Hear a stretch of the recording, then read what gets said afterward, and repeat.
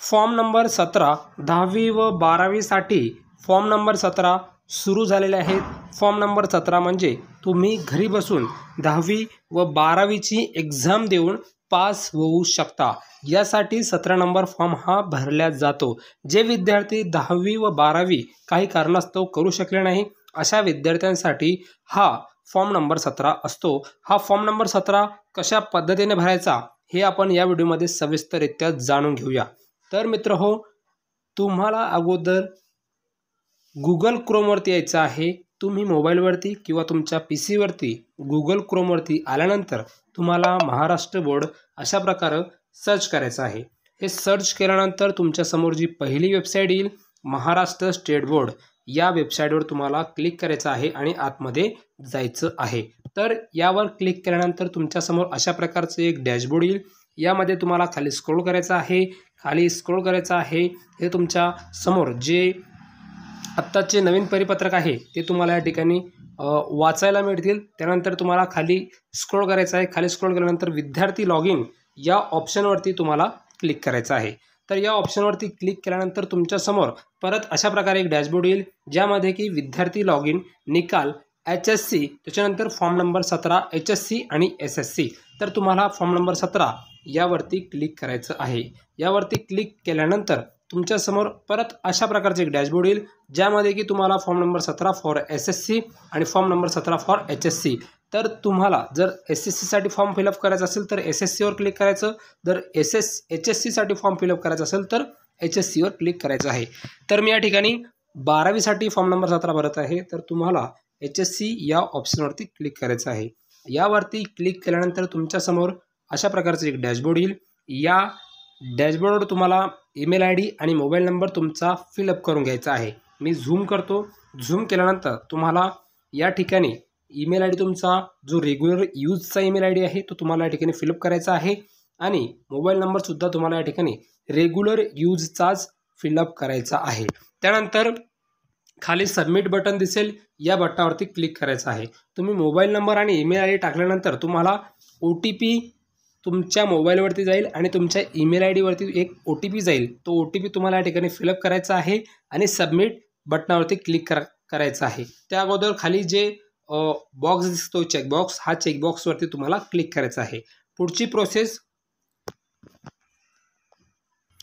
तर अशा प्रकारे मी या ठिकाणी OTP हा फिलअप केलेला आहे। OTP फिलअप केल्यानंतर सबमिट OTP या ऑप्शनवरती तुम्हाला क्लिक करायचं आहे। तर सबमिट OTP या ऑप्शनवरती क्लिक केल्यानंतर त्यानंतर तुमच्यासमोर अशा प्रकारचं एक डॅशबोर्ड दिसेल, ज्यामध्ये की तुम्हाला कॅन्डिडेट पर्सनल डिटेल म्हणजेच की तुमचं नाव, तुमचं आडनाव आणि तुमच्या वडिलांचं नाव तुम्हाला फिलअप करावं लागेल आणि तुमचं जेंडर आणि डेट ऑफ बर्थ इन वर्डमध्ये सुद्धा तुम्हाला या ठिकाणी फिलअप करावं लागणार आहे।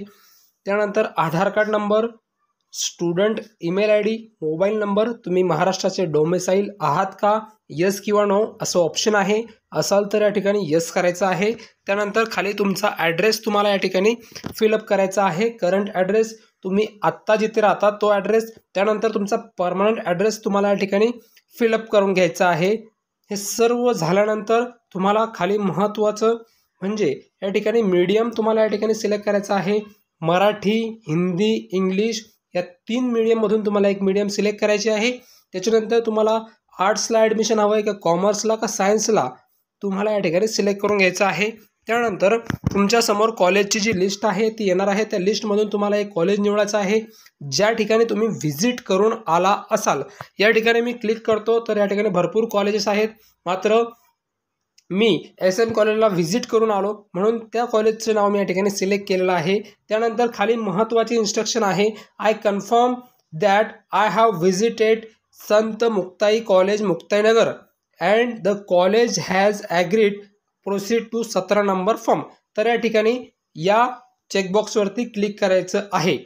त्यानंतर महत्त्वाचं तुमचा जो फोटो आहे तो तुम्हाला या ठिकाणी अपलोड करून घ्यायचा आहे आणि तुमची सिग्नेचरसुद्धा तुम्हाला या ठिकाणी अपलोड करून घ्यायची आहे।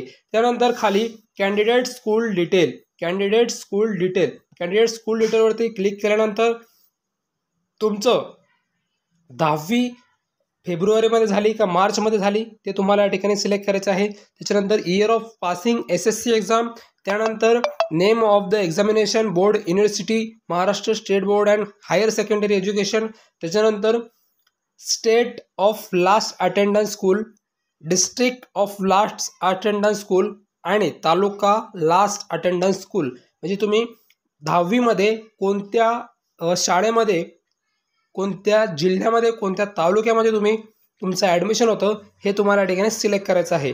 त्यानंतर date of leaving the last attendance school, तुमच्या LCवरती ते असणार आहे.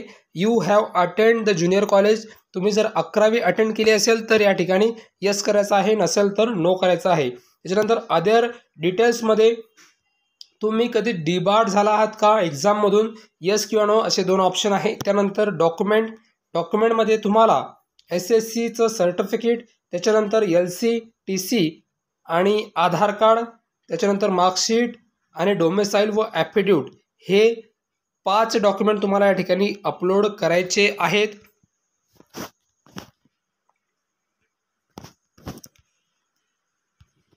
हे अपलोड केल्यानंतर तुम्हाला सबमिट या बटनावरती क्लिक करायचं आहे आणि पे या ऑप्शनवरती क्लिक करून घ्यायचं आहे. तुम्ही काय करायचं आहे, तुमच्याजवळ जर डोमेसाईल नसेल किंवा ॲफिड्यूट नसेल तर तुम्ही ते अपलोड केलं नाही तरी चालेल. तुम्हाला पेमेंट करून घ्यायचं आहे आणि तो फॉर्म तुमच्या कॉलेजला सबमिट करायचा आहे. पेमेंटचं ऑप्शन अशा प्रकारे तुमच्या समोर येईल. तुम्ही पेमेंट झाल्यानंतर ती प्रिंट घ्यायची आहे. प्रिंट घेऊन तुमच्या कॉलेजला जायचं आहे आणि त्यासोबत तुम्हाला सगळे डॉक्युमेंट जे आहेत ते द्यायचे आहेत. तुम्हाला टोटल 700 रुपये फी लागणार आहे 12वीसाठी, ते तुम्ही ऑनलाईन पेमेंट करू शकता. तर मित्रहो, एवढंच होतं या व्हिडिओमध्ये. संपूर्ण माहिती आपण या व्हिडिओमध्ये दिलेली आहे. जर काही अडचणी असतील तर कमेंट बॉक्समध्ये ग्रुपची लिंकसुद्धा दिलेली आहे, त्यामध्ये सुद्धा जॉईन होऊ शकता किंवा कमेंट बॉक्समध्ये मला कळवू शकता. तर एवढंच होतं व्हिडिओमध्ये. व्हिडिओ शेवटपर्यंत पाहिल्याबद्दल धन्यवाद. जय हिंद, जय महाराष्ट्र.